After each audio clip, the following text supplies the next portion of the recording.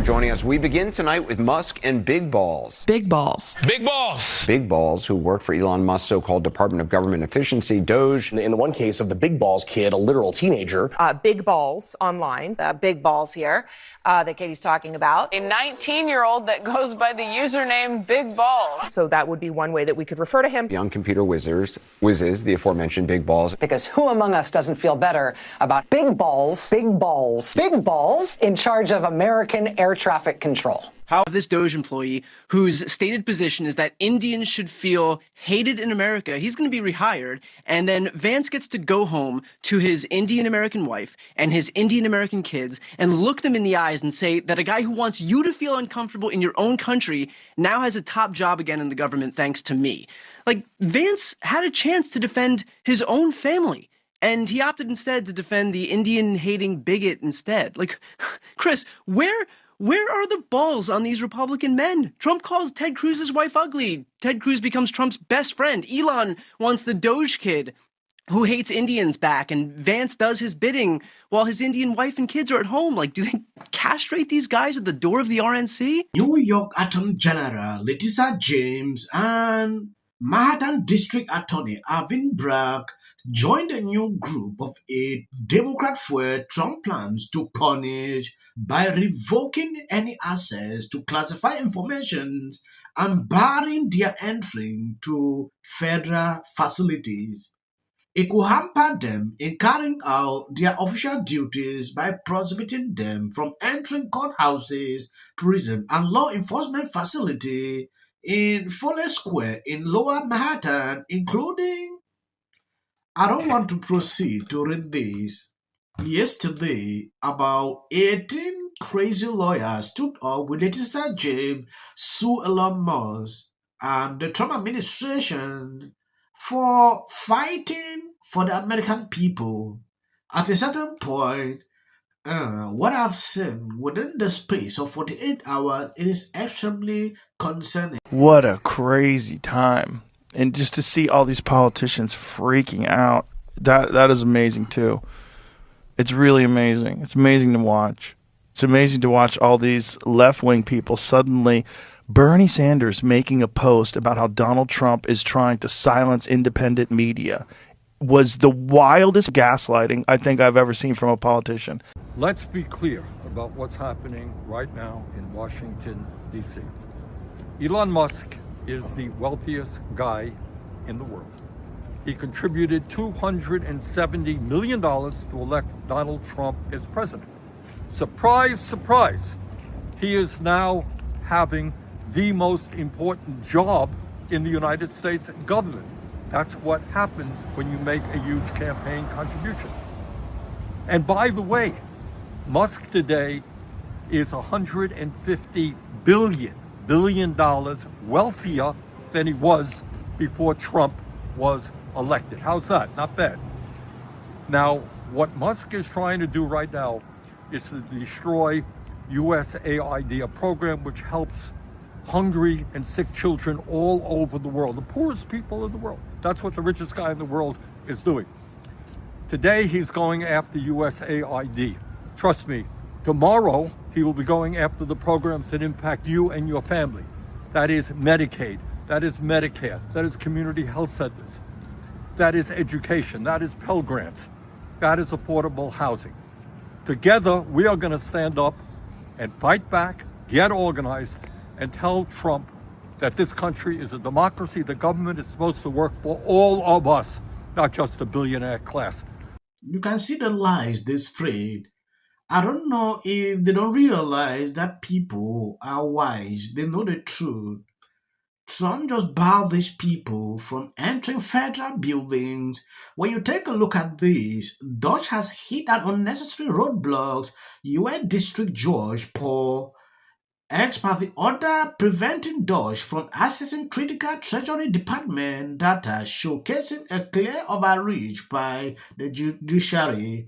The decision, influenced by a lawsuit from 19 Democratic-led states, lacks substantial justifications and hinder most effort to streamline government processes for the benefit of all Americans. The temporary block, as reported by multiple news outlets, not only delayed progress but also questioned the balance between judicial authority and executive functions. Is funding Sesame Street a judicious use of soft power? Well, Michael, the way you put it is the way I hope folks considering your poll today will think about it. This isn't just funding a kids show for children, millions of children in countries like Iraq.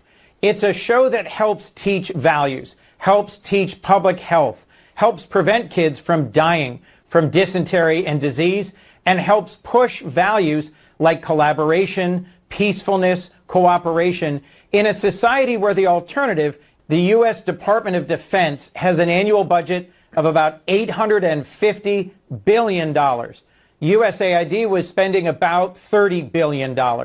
It is a small proportion of our total federal spending.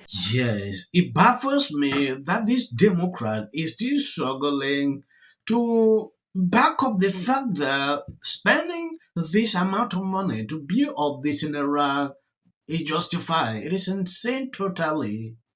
Don't say they spend just a small amount. This small amount is taxpayer dollars, people paying their hard-earned money.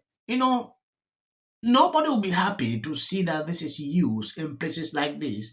If you use someone's money in the right way, the person will be extremely happy.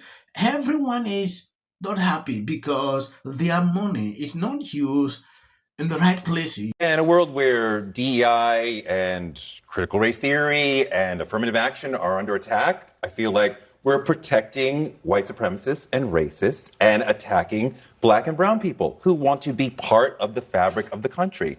And I'm curious how the vice president would explain to his Indian children why he stood up for somebody who said normalize Indian hate. Like, what would he say? And that issue may not come up today. He also called the guy a racist troll. He acknowledged that this person who he wants back in the government is racist. They obviously fired him in the first place, right? Why did they fire him? Well, and I think there's two things that I see happening here. The first one is that this is the signal to his voters that we are going to let these things slide, that you can't be canceled anymore. For all of us, however, the other vast majority of Americans, we're standing by the fact that we are going to hold people accountable to that. And with all due respect, Congressman, an apology would not suffice for me in this particular circumstance. This is a moral character bedrock of somebody's perspective of the world. I don't care what you got on your grades at Stanford. I don't care what coding competition you won. These are not the kinds of people who should be filtering the biggest decisions in the design of this So what, country. he's banished off into the desert for eternity? Like, wreck his life, wreck his career, send him off into So you're okay with racism in your party? Hold on, man. Let me finish. That is not what I said, so don't even go there.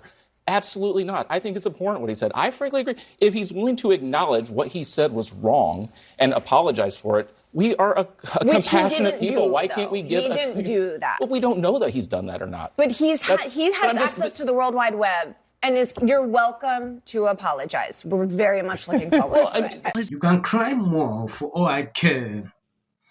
I'm going to do a segment about this guy so you can understand fully what happened. Yes, if you see videos after this clip, that is for the algorithm. So please, you can even stop here. Racism is over. Other 5-alarm fire, reversal of policy. The Democratic Party have lied to us about everything. You know, what's fascinating right now is we're getting a chance to see what happens when you take a business approach to the government. Are out there pretending to be outraged about the long list of crap that this administration is cutting. Clarify.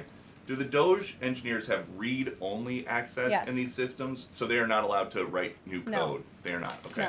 No. It's only been 2 weeks, okay? Earn money and they want their tax dollars to look like it's helping the country. And also, I got to say, don't you agree? I totally agree. Essential. Early on, immediately. She's probably been put in there because, according to Donald Trump, she's a 10. To her. No. The EU does not treat the U.S. fairly on trade and that he has some big complaints. Is that true?